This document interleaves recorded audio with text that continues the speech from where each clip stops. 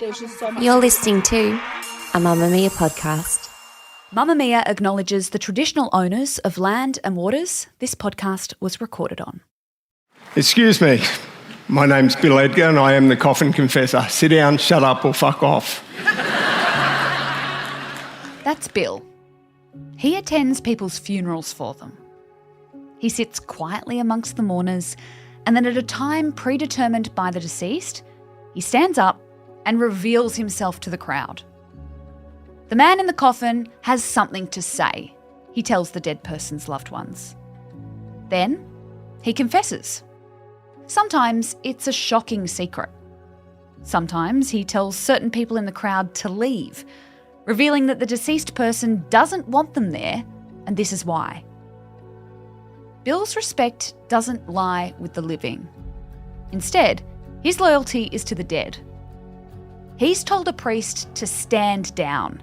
His client didn't want a religious ceremony. He's told the audience the man in the coffin was gay, and his lover is in the room. He's told the dead man's best friend to shut up mid-eulogy. His client knew he was trying to crack onto his wife, so how dare he act all chummy now? Bill is a one-of-a-kind. He's the only coffin confessor in the world. And as he'll tell you, it's not an easy job, but it's worth it. He knows how to win over a crowd, even a mourning one. But if he does run into trouble, gasps or anger from those his client has left behind, he has no qualms standing up for them. Besides, it's their day. It's their funeral.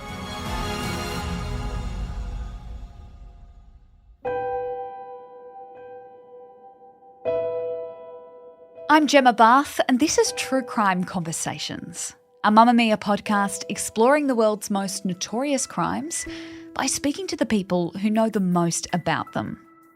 But this month, instead of looking at specific criminal cases, we're focusing in on the people behind the scenes of crime. Bill has been many things in his life.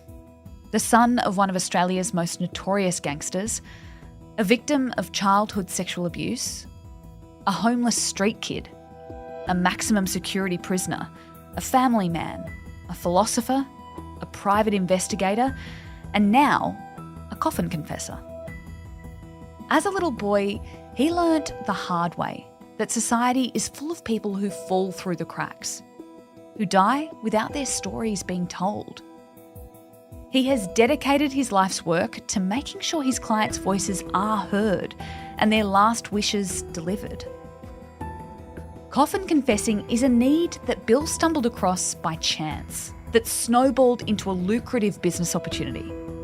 It's not for the faint-hearted. He spends his days with dying people, keen to get things off their chest before their time comes. He's dealt with a bit of everything: the good, the bad, the funny, and the desperately sad. Bill joins us now, and just a heads up, he doesn't hold back on the language.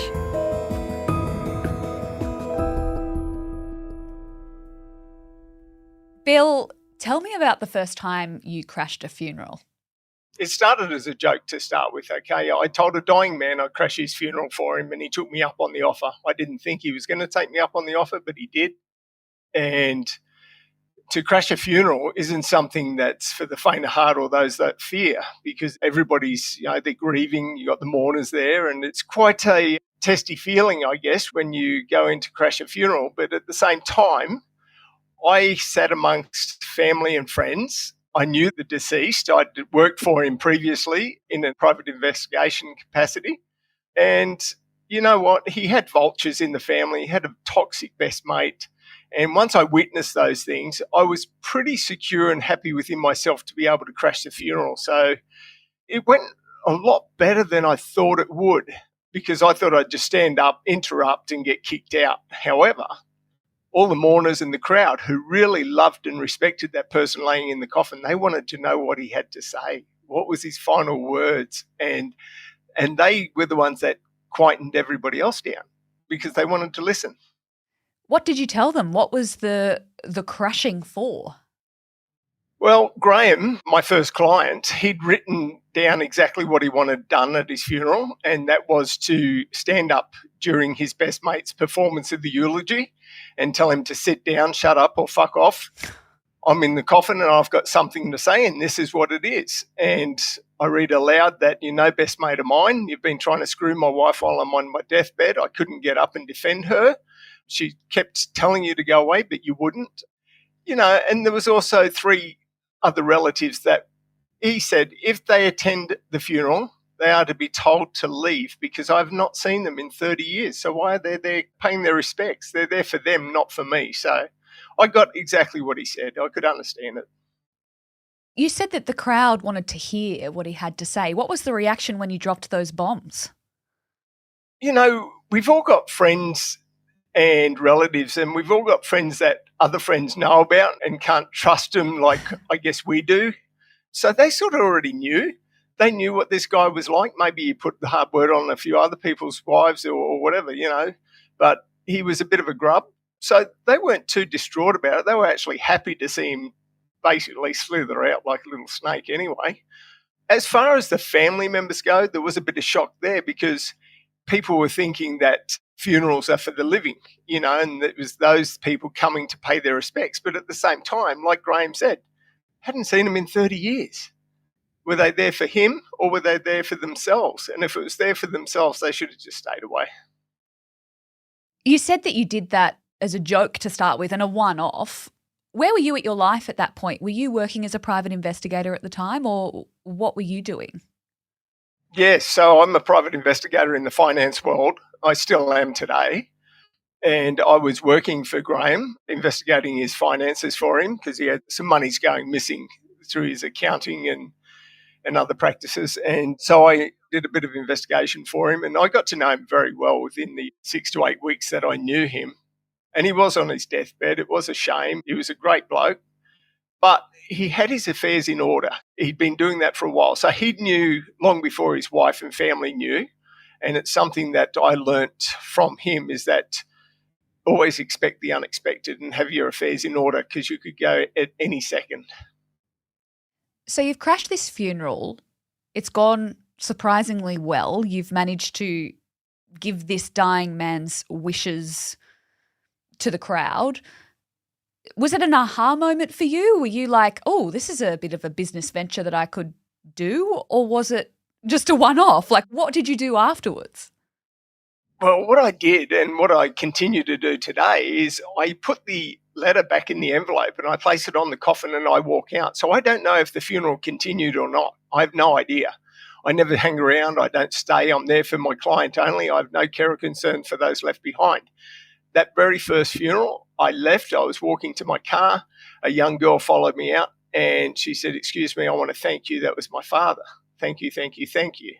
And behind her was another lady who they knew each other, obviously, and she said, "Can you please give me your number so my auntie can see you? She's got to see you. She's in the palliative care unit of a hospital and she needs to see you." And I gave her my number and I took her number and then I drove away and I went to a coffee shop and I sat there and I was like, wow, it was just a wow moment then. But it was like half an hour after I'd done what I'd done. So obviously I had a lot of emotions going on and I sat there and I thought, if there ever was a mic drop, that was it. And could I do it again? Yeah, for sure. So you called the lady in palliative care? I got a call that afternoon. Oh, wow. Got a call off that young girl again. And she said she's spoken to her auntie and if I can go meet with her auntie and discuss what she wants at her funeral, which I did. And then I crashed her funeral and at her funeral was another gentleman that said, "I've got to see this other bloke." And it just kept going. So it just snowballed. It did. It wasn't until I think it was the third funeral I'd done, there was actually a journalist at the funeral. And he was here from the UK and he said, "Oh my God, I've never witnessed something like that in my life. How many have you done?" I said, "Oh, this is the third one I've done." He said, "Can I do a story?" And I said, "Yeah, for sure." So he did this little story, but it was for a UK magazine or paper. And I got 14,000 requests out of that story in the UK alone. Oh my gosh. Yeah. Time frame wise, what are we talking? Is this like a few years ago, a few decades ago? Like, what are we talking? So basically, Graham's funeral was 2018. Yep. And I crashed. The second funeral was mid-2018. And then it was probably the end, I think it was November 2018 that I went a bit global with that media story. And then I'd done a couple more funerals, but I actually got asked to do a home sweep, which I'd never even thought of before. It was just to go to a person's home and clean it out of certain items they didn't want their family and friends to find. And doors just kept opening, because after I did that one, another lady asked me that if I could go to her viewing when her viewing is there and place her mobile phone and a few items in her coffin, which I did. So I don't know, just things just started to roll and open, and everybody had these crazy ideas of what they wanted at their funeral or their wake or their will reading or a face-to-face personal message or a gift from the afterlife. It just rolled. It really did. It was insane. You just mentioned home sweeps. I'm trying to imagine if I was to die, touch wood, tomorrow, what would I be embarrassed about my family finding? What are people wanting you to get rid of? You got your sex toys, your lingerie, your things like that. There's drugs, money, guns, whatever it could be, those type of things. But it's also a lot of people that, and I had no idea the extent of how many people actually have a fall at home or at the shops. They get taken to hospital and they get told they'll never go home again. So they've got a lot of unfinished business. And they've got their documents, they've got their computers, they've got web browsers they want cleaned up, they've got wills and papers and documents that they want brought to them.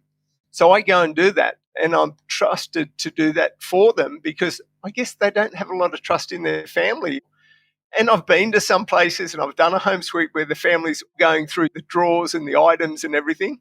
And I've walked in, I've removed the fridge, I've lifted a cupboard door from under the fridge and pulled out a little box and taken that with me, which was a gentleman's prized possessions that he didn't want his family to find. And they didn't find it, and they were quite upset with me. But at the end of the day, I've got a contract, a video, and I've got the law on my side, so I can do what I do for my clients. You started doing this in 2018. How often have you been going to funerals to confess since then?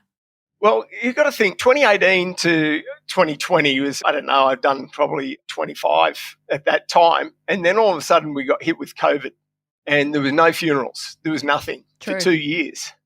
But what I ended up doing was getting thousands and thousands of emails from around the world because people started thinking about death. And they started talking about what they wanted in the afterlife or what there was going to be like or what they wanted at their funeral or what they should have done.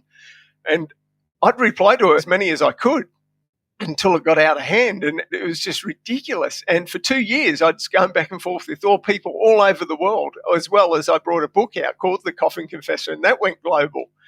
And then people were like, oh, I need this at my funeral. And then all of a sudden, COVID ended. And then I got the call. And the call was, can you come and do a face-to-face? When I die, I want you to go see my brother, and I want you to tell him that his children are actually my children. And It all started again. Yeah. People are entrusting you with, the biggest things in their life. Oh, their secrets, their fantasies, their desires. I hold those things and I hold them dearly with a lot of respect, and I'm humbled by it now. The amount of secrets that I hold to date, thousands, and some of them are just so delicate and so inspiring, because I don't just crash funerals in spite of telling people to fuck off or something like that. I do good, bad, funny and sad. So it's across the board, and it's quite a beautiful thing to do. Can you give me an example of a funny confession you've had to give? Just recently, it's probably one of the funniest ones I had to do. It's a gentleman, his grandmother had passed away some years ago, and they were all at the funeral. And lo and behold, the funeral director come in and it was the wrong casket, the wrong lady in the coffin and everything. So he was petrified that was going to happen to him. So what he wanted me to do, he wanted me to walk up during the service, open the coffin, make sure it was him, give the thumbs up to his wife, and then walk out. That was it. Right? And I thought, oh, yeah, that's pretty cool. I can do that. Not a problem. Here's the clincher. He said, can you play Pop Goes the Weasel on your phone as you're walking up? Why? And he goes, oh, it's something I used to always do with the wife. And I'm like, okay, so it's your own little thing? He said, yeah, it's quite a It's a sexual term, but I don't want to get into it. And it's something my wife will really resonate with. And I'm like, okay, no worries. Because the wife knew I was going to do it, but she didn't know the Pop Goes the Weasel part. And when that was played and when I did it, the emotion was just, she was the only person, I think, that laughed so much she cried and peed herself all at once. It was just amazing, and sending her husband off in that way. And it was good. It was funny, but good. And at the same time, again, like I say, I leave. I don't know what happens, how the crowd is. I wouldn't mind being a fly on the wall sometimes, but I just leave. Can you tell me about the client who requested that you pinprick his body? Yeah. We all have a fear, and it doesn't matter if it's claustrophobic or a burn or heights, whatever it is. Everybody has a fear, just like everybody has a skeleton in the closet. Now, this guy, he feared being cremated alive. Absolute fear, petrified. So he asked me to treat his body like a pincushion at his viewing to make sure that he was deceased. And at the viewing, I asked for a minute or two alone with the client, and I did exactly what he asked. And of course, I do have to video that and do all the right things as well to make sure that I'm properly protected. And yes, he was deceased. And, it was, I think I said in the TEDx talk, it was happy days for me, not him. But I mean, at least he didn't wake up.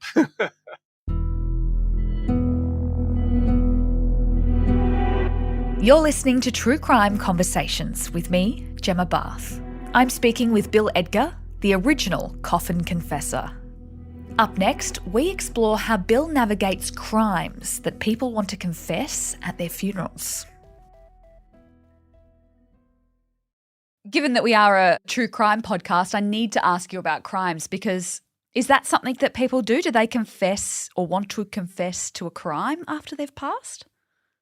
There's a lot of people that confess to small crime within the family too. Like they might have stolen money off their mother or their brother, or their uncle may have loaned them a certain amount of money and they never paid it back, and then continued to rob him when he got dementia, which was a hard thing to hear. And I came to the realization that especially if I'm told about a crime, a serious crime, I have to report it. It's something that you have to do. So I decided to tell those people that wanted to tell me about a specific crime and a serious crime to not tell me. They're to write it down, put it in the postpaid envelope that I've given them, and it's posted to me, and I will not open it until the day of their funeral. Now, I won't know what it is until the day, so I'll report it on the day. And whilst I have those letters, and they may solve a crime, they may be healing to some people, or they may be traumatizing to some people, at the end of the day, I can't open them. I won't open them until the day of their funeral. That's their request. On the other side of the spectrum, I've been getting a lot of emails, letters from crims, that were in jail at one stage of their life. And two of them, I think, are in their late 80s. One went to jail for 33 years for crimes that he did, but he was very fortunate to not get caught for the crimes that he really did. Oh. And he's written all them down. So there's quite a lot of that type of thing going on, which is, again, I'm holding those secrets, and I've got a huge responsibility. But I guess their trust in me is just enormous. Future you is going to be dealing with these crimes. You've got some that you're sitting on. Oh, absolutely. I have clients that aren't even close to death yet that have already engaged my services, just in the event that something does happen. I mean, it's how it's grown so strong. And like I said, I didn't think there was a need for this, but obviously there is. To date, has anyone confessed to something as big as a murder or something like that? I don't know, because I won't allow them to tell me. Otherwise, I've got to report it. Yeah, so they might have. You just don't know. They may have, yes. I mean, in the letters that I have, yes, they may have. Yeah. Until that time, I don't know. I've got to say that when this first came about, a gentleman that I have his letter with me, he said that, I want to tell you about this crime. It's horrific, it's shocking, and it's going to expose things, and it's going to resolve something, and it's of the worst nature. And I said, don't tell me. You tell me now, I've got to report it. Write it down. So he did. And at that time, I believe it was within a couple of weeks of Ivan Milat dying. Ivan Milat was rushed from his jail cell to a prison hospital, And I wrote to the New South Wales government, to the police minister, and I said, look, why don't I give it a shot? You guys have all been trying to get secrets out of him and to find out his last dying wish. Why don't you give me a shot? Just let me one-on-one, just have a chat and let him spill it to me. And they thought it was a bit of a joke. They dismissed it. And I said, okay, no problem. I said, but one day it will happen. And it's starting to happen. People are starting to open up and confess certain things. So, because it's not like you don't have a bit of experience in this space. You are a private investigator. You know what you're doing. I'm surprised they didn't take you up on that, because what did they have to lose? Well, that's exactly right. They had nothing to lose and everything to gain. And that's the thing. Like I said at the start of this, it's not for the faint of heart. But at the same time, I'm capable of sitting there and listening to somebody speak and divulge certain things without me having to divulge them previously until their death. I mean, Ivan Milat died, I think it was only 2-3 weeks after I said I'd offer my services free of charge, fly down, do all this. And yeah, it was met with a bit of a laugh and a giggle. So it is what it is. How do you decide what to charge for something like this? Do you have a rate card? Well, you know what? Graham set the bar. It was my first client. He said, in the text that I got, it said, "G'day, Bill. Going to take you up on the offer to crash my funeral. I'm going to pay you 10 grand to do it." Whoa. And I'm so glad he did, because at the end of the day, it stopped people hiring me for a couple $100 and just doing rogue stuff at funerals. So $10,000 set the bar at people really wanting this. They had to fork out 10 grand. And very rarely people are going to lie on their deathbed. They're going to tell you the truth, right? And for 10 grand, and I'm getting paid up front way before they die sometimes. So I'm holding that cash in trust as well. So it's one of those things that it's, again, a trust thing. So it became $10,000 per funeral crash. Then all of a sudden I was doing, say, a face-to-face or, placing items in coffins or a home sweep. So then I decided, okay, let's do it between $2,000 and $10,000. And like I've always said, they don't need the money where they're going, and I never get a complaint.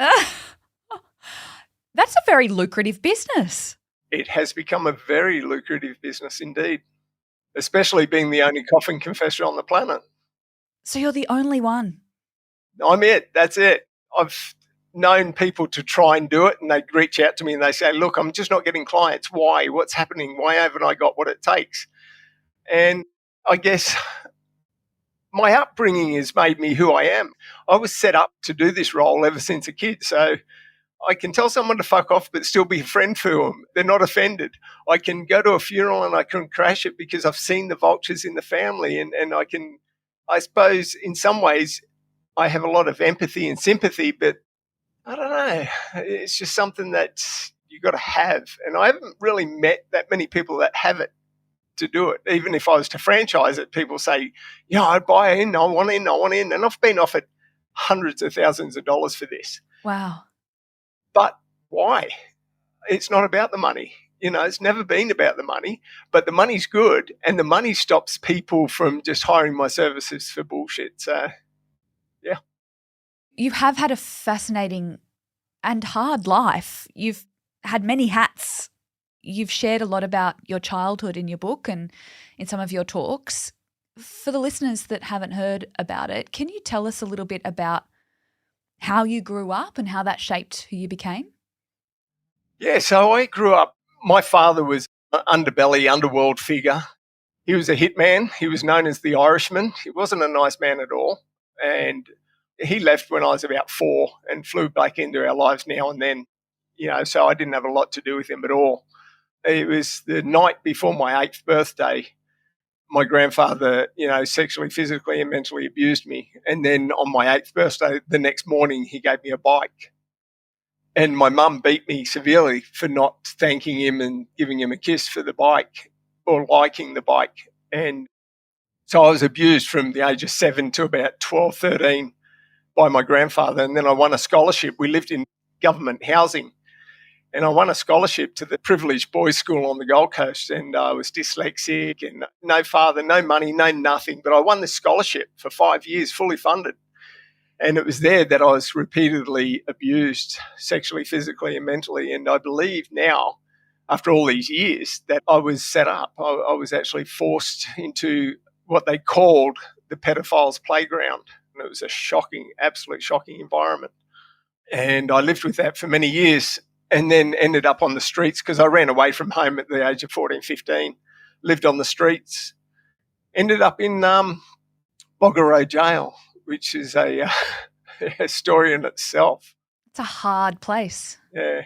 But as one of the youngest prisoners, just turned 17 when I ended up in there, and then I spent my 18th, 19th, 20th, 21st birthdays. What did you do when you got out of prison? Were you able to turn your life around from there? You know, the funny thing is, in life we always meet somebody that's like you can say they're an angel or a gift from God, if you believe all that, or it's just a person that truly you connect with. And I got to say, when I was on the streets, I just turned 16 and I stole a school uniform because I wanted to be with kids. So I just stole this school uniform off a washing line at the back of a house and jumped the fence and jumped into this school. And I walked up to a couple of kids in a group and I said, "Oh, what grade are you in?" And they go, "Oh, we're in grade 11. I said, "Oh, yeah, where's that?" And they showed me and pointed, and this bloke said, "Oh, come with me. I'm in year 11. You a new kid?" And I said, yeah, started the other day, but I don't know where I'm at. And, so he took me into this classroom, and at the back row was a row of girls, and in front of them was boys, So I sat in front of the girls. And the girl I sat in front of leaned over to her friend and she said, "I'm going to marry that boy one day." And 40 years later, we're still together. Now that is a love story. Oh, yeah, it's insane, isn't it? It's just, I owe her my life because at the age of 16, she was 15 at the time, and she visited me all that time I was in jail. I couldn't give her what I really want to give her. I mean, I've given her everything I could possibly give her and repay the debt that I can, but it's not a debt to her. It was true love. And if you talk to her today, she said, "I fell in love with you the day I saw you." And it was just, it's incredible, really is. So basically, when I got out of jail, I remember this screw who was, one of the guards there. He walked me out, and it was a Sunday morning, and he walked me out of the prison at Bogger Road, and I took my shoes off, and I placed them next to him, and I started to walk away, and he turned around and he said, Billy, come back and put your fucking shoes on. And I said, "No way, mate. They brought me in here. They're not bringing me back." And I never returned. It was for her that I did every job possible. What does she think about this new venture that you've been led on? Like every other venture I've ever done. You know what? It's something that she's always said to me. She said that from the day she met me, she knew I had potential. And no matter what I want to do, she's always been supportive and loving and caring and everything else. This is different. When I first did the first funeral, she was like, "Wow, that was great. At least you helped somebody and you moved them on, and that's it. Now back into the PI work." And all of a sudden it started to grow. And she was like, "Wow, I didn't believe there was a need for this, but obviously there is." And then she's on board. She's skeptical about some of the stories because she says, like, be careful, make sure you investigate these people's claims. I don't want you to be hurt, and I don't want anybody in the audience to be hurt by somebody's false claims. So I'm very diligent and, I'm very careful. So I take her advice, and I make sure I do the right thing.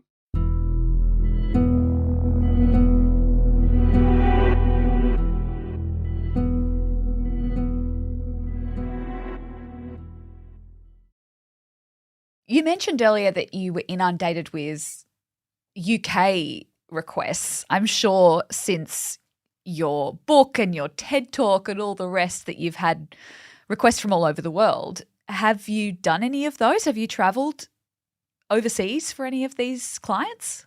Yeah, I'm definitely travelling. I'm going to Japan. I'm going to Canada, America, New Zealand. I only just recently got back from Sydney. And then I was in Melbourne. I did another funeral in Perth. If it's a funeral crash, it's $10,000. If I have to go over there, they pay for the flights, accommodation, and the 3 days that I'm there or 4 days that I'm there. So sometimes I'm only there 2 days. But, everything's paid up front. And, at the moment, like I say, though, I have clients that aren't even close to death and they've already paid quite a lot of money in deposit money. So, crazy. Are they mostly older people, though, or are they coming to you as young people, as midlife people? It's across the board, but mostly those with a terminal disease, cancer, or something terminal, or it's somebody that has a phobia. I didn't realize the phobia was so big. People really have a phobia about death. And whilst I said earlier that I get my orders in advance, make sure that I'm always prepared for whatever comes. There's a lot of people out there that do that. And so this is another platform that they can prepare for, and just make sure. So it's across the board. I find there's more women than men do this. And I got to say, the family I created are the most loving, caring family in the world, because my wife and I, we created them. The family I come from are dead to me. I don't want to know them. If there was a pain so severe, I'd want them to be in that pain area. That's just the way I am. Now, I didn't realize, I knew that people had bad families or toxic people in the family, but so many, I had no idea. And how many people are so toxic and the vultures when somebody's dying or they've just died? I mean, I went to a hospital, a palliative care unit, and witnessed a son trying to take his mother's rings off her fingers, and they were so swollen that he couldn't get them off. She was only hours away from dying, but he needed those rings so he could hock them and get the money for them. It's just tragic. I'm curious, is it rich people? Because you're expensive. You're an expensive service. Or, like you said, because they know they're dying, even people that aren't as well off, are they willing to kind of spend their life savings on you? I get emails from certain people saying, your service is $10,000 to crash a funeral. That's a lot of money. I haven't got that, but I've got $3,000 or $4,000. Is it possible? And I'm going, yeah, of course it's possible. Absolutely. It's not set in stone. I'll negotiate with anybody and anything. You tell me your story, and if it's something that I feel that it's warranted and you need it, I'm there. You've only got $1,000? No problem, I'll do it. You want me to go spread your ashes and you haven't got any money at all? Not a problem. It'll be done. So it's not, like I say, it's not all about the money. I mean, just recently a lady asked me to be her suicide note, and that's something that I was really confronted with. I mean, but at the same time, that's a coffin confessor. I'm confessing somebody's dying wishes, and when they go, I confess all their sins, everything, their feelings, thoughts, emotions. But this lady put it in a different context. She said, I want you to be my suicide note. And I thought, wow, that's strong. That was confronting. But at the same time, yeah, of course, not a problem. It's a service I provide. She had no money, none. But I was happy to do that for her, and she was happy to, take me up on that offer. And yeah. Do you think that comes from how you grew up? You kind of are drawn to people who have had it hard and you want to help? I think so. I often think that people gravitate towards me. It's like I put something out there and then all of a sudden they gravitate towards what I say, do, or think. And then all of a sudden people are like, hey, I have the same mindset, or I need this guy in my life. Why couldn't I have found him for my dad when he was dying, and things like that. So, yeah, I like to fight for the underdog, but I also like to make sure that the underdog's the underdog, because there's so many fake people in the world today. So many people who have the crocodile tears and the look at me, I'm broken because I haven't got any money or I haven't got this or that. And they look for likes, shares, Facebook friends and all that. One lady I recently did, she was mega on Facebook. She had hundreds of thousands and she died and no one went to her funeral. Hardly anyone. I think there was seven people. And her whole life was centered around social media and getting products in the front of people and she getting paid for it. And it's such a shame, but that's the way it is. Has a job ever gone terribly wrong for you? Has it kind of backfired, or you've been sued, or has it ever gone bad? No, not bad. I mean, look, I exposed a bikie for being gay. That's what he wanted. It was at his funeral. He did ask me to say that it wasn't Steve because he knew there'd be at least 5 or 6 Steves in the audience, and the Steves didn't like me at all. And it wasn't Steve anyway.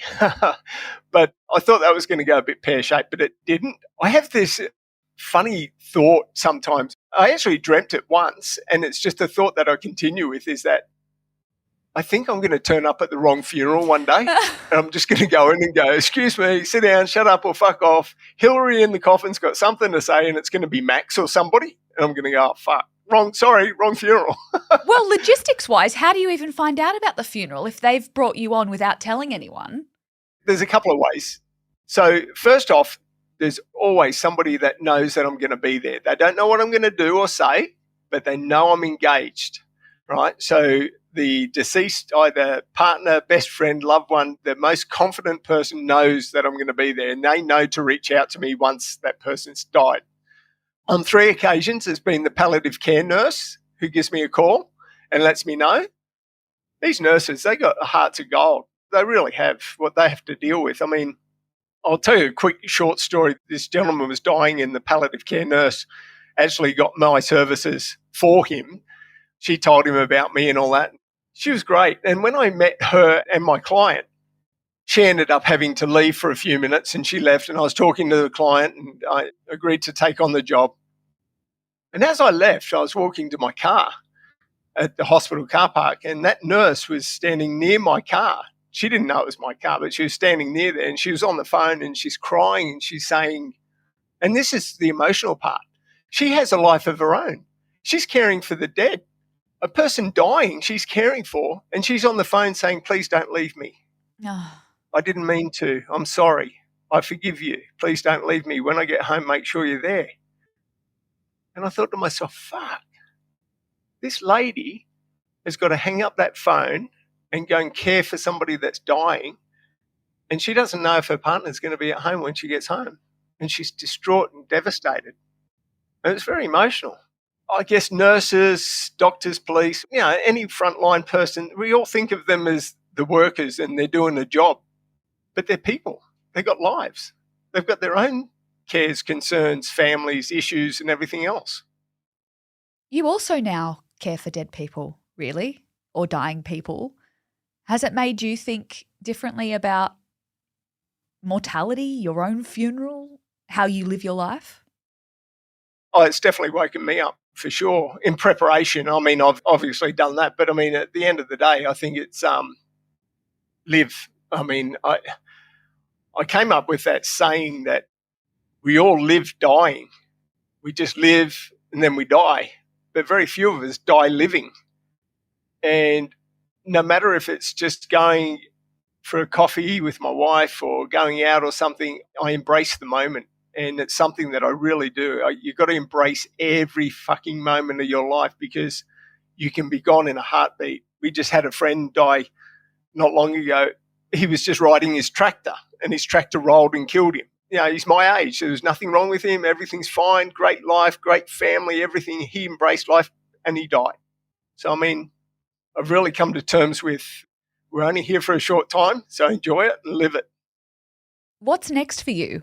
Obviously, you've got all of these clients that you're still, it feels morbid to say, but waiting to die so that you can be at their funerals.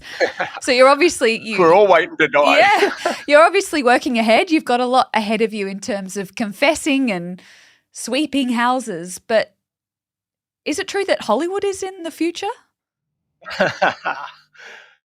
I've been commissioned to write another book. Penguin Random House Australia asked for another book. They love the stories and they think that everybody's going to love the next chapter of my life and what's happened, and I believe they will. There's some beautiful stories in there, some funny, good, bad, funny, sad. So I'm doing that. I've got to say, movie houses, producers, writers, everybody's been contacting me and it's been insane and it's been great.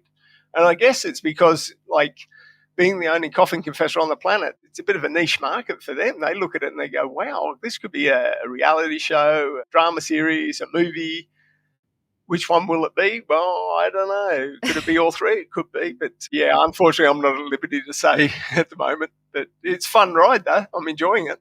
I know that you probably don't want other people stealing your grass, but it sounds like there's a lot of work out there. So you could probably use some colleagues.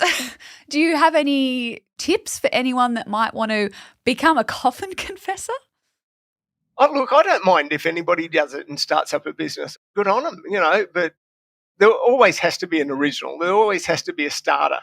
And I guess I'm the starter, I'm the original, and that's why I'm inundated. But if it happens, it happens, and people want to get on board and do it and become their own Coffin Confessor, for sure. I've actually told this story a few times, that if you're at a funeral next and you're listening to some utter bullshit about somebody that you know and love and respect, stand up and say something.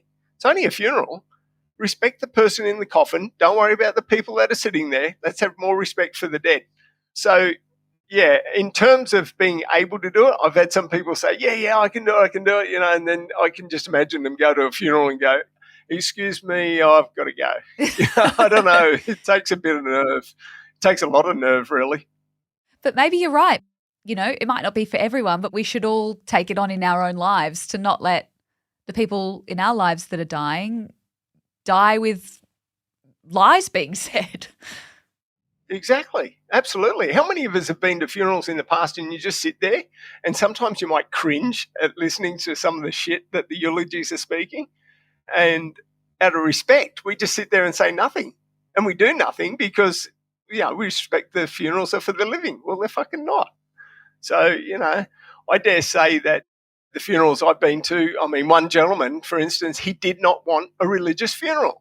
He told everybody he doesn't want a religious funeral. But his mum and dad, being so religious, what did they do? Planned a religious funeral. So, you know, to tell a priest to sit down, shut up or fuck off is not for the faint of heart, but it's, especially when it's his own church. But at the same time, it's what he wanted. And his mum and dad, as much as they were upset and offended, I said to him, if you truly loved your son, you would have listened to him. You know, his wishes were he didn't want a religious funeral. He does not believe in what you believe in. And that's called respect. Not anything else. It's just respect.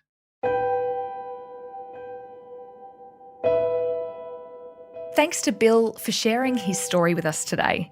If you enjoyed this episode and our behind the scenes of Crime Special more broadly, let us know. Leave us a rating or review in your podcast app or send us an email. You can reach us at truecrime@mamamia.com.au. I'll be back next week with another true crime conversation.